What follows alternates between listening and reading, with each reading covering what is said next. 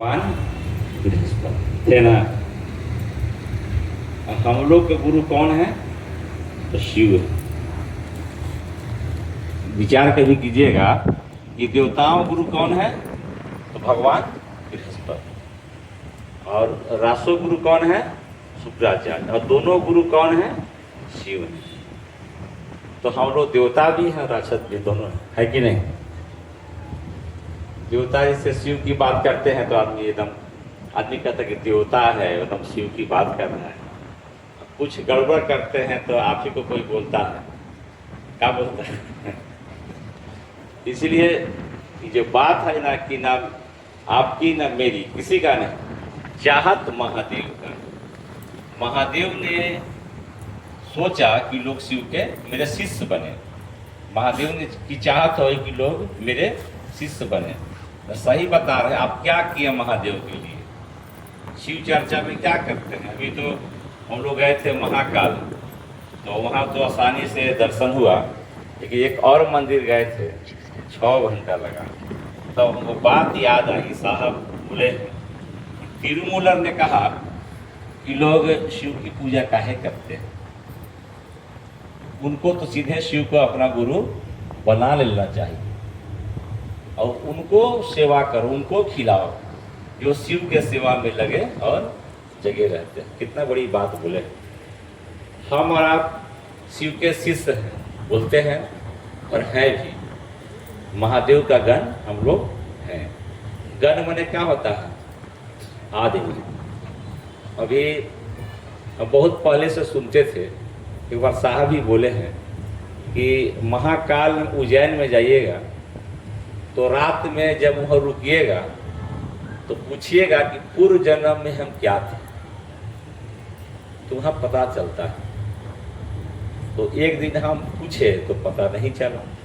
दूसरा दिन हम सोते समय कहे कि भाई साहब बोले हैं, तो सपने की बात बता रहे हैं। तो आया कि महादेव के गण थे, महादेव के गण माने महादेव के लोग।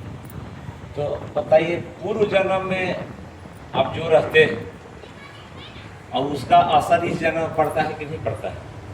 सिनेमा देखे होंगे, चाहे झूठ है सच, राम लखन पिक्चर देखे होंगे और पिक्चर देखे होंगे। कभी कभी आपको लगता होगा, कभी कभी लगता है कि इस जगह पहले भी आए थे। अब हम गए नहीं, लेकिन जाने सकते कि इस घर में पहले भी आए थे। अब कुछ घर का ऐसा देख लीजिएगा, जाइएगा तो हूबहू बताइए कि इस घर में हम पहले भी आए थे। तो हम लोग महादेव की इच्छा से उनके शिष्य बने। महादेव की चाहत हुई। चाहत में प्रथम कौन आए? साहब और दीदी। महादेव की चाहत हुई।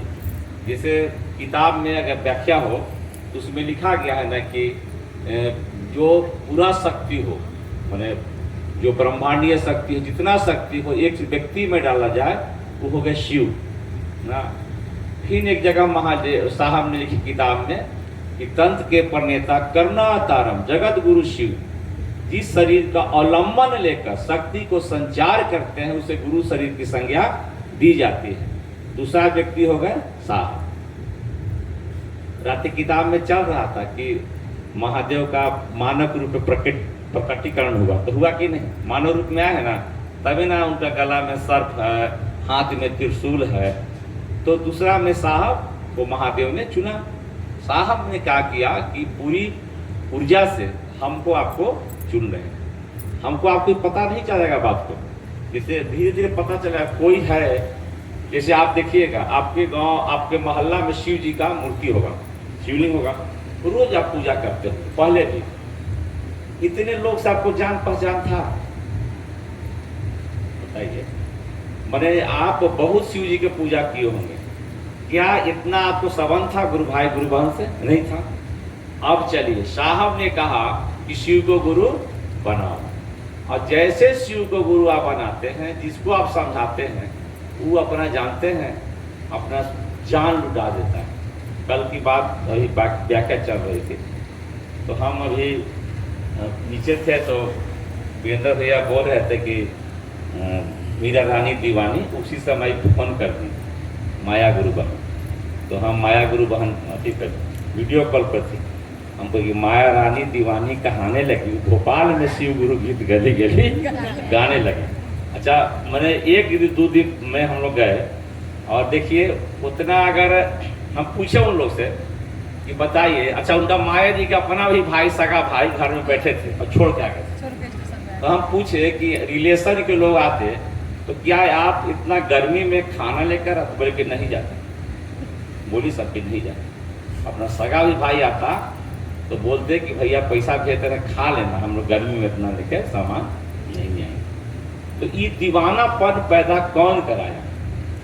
तो सीधा उत्तर मिलेगा साहब श्री हरिनारायण। उन्होंने खुद कहा है कि तुम चलो, सारा व्यवस्था मैं तुमको दूंगा। और जो शिव कार्य में लगा, ज़्यादा नहीं, लेकिन रहने का घर, पहनने का वस्त्र और खाने का भोजन, 3 चीज़ की कमी नहीं होगा।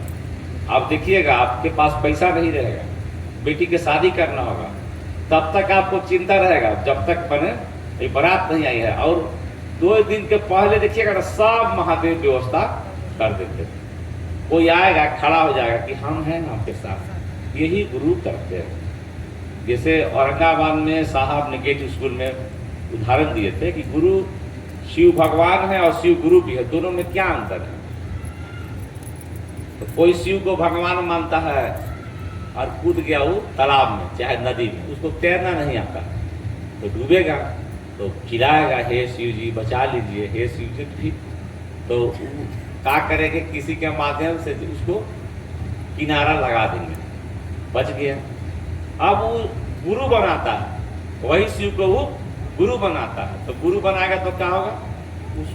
जब कूदेगा उसको भी तैरना नहीं आता, चिल्लाएगा हे शिव गुरु दया करके बचा दो, उसी को डुबाएंगे। वो ये बचाएंगे नहीं, डुबाते रहेंगे, डुबाते रहेंगे, डुबाते रहेंगे। उसके मन में लगेगा ना कि हम बेकार इनको गुरु बनाया था, मन में आएगा ना भाई, तो होगा क्या ना कि डुबाते डुबाते अब देखेंगे कि अभी गड़बड़ा रहा है, तब तैरना सिखा देंगे तुरंत। तैर के जो निकल जाएगा फिर उसको जरूरत है। यही करते गुरु क्या करते हैं कि तैरना सिखा देते हैं। और उनको भगवान मानिएगा तो फेंक देंगे, लेकिन सिखाएंगे नहीं। तो सीखना जरूरी है कि नहीं? तो इसीलिए साहब ने कहा कि उनको आप गुरु बनाकर देखा जाए।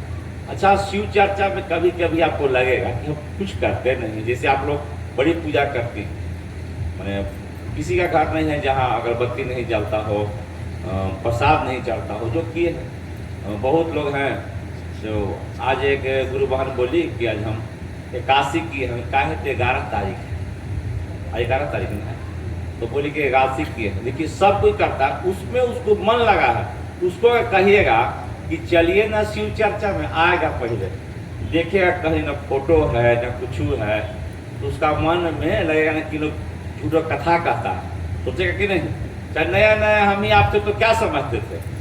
तो उसको बताया जाता है कि चलो क्या करो, गुरु से दया तुम मांगो।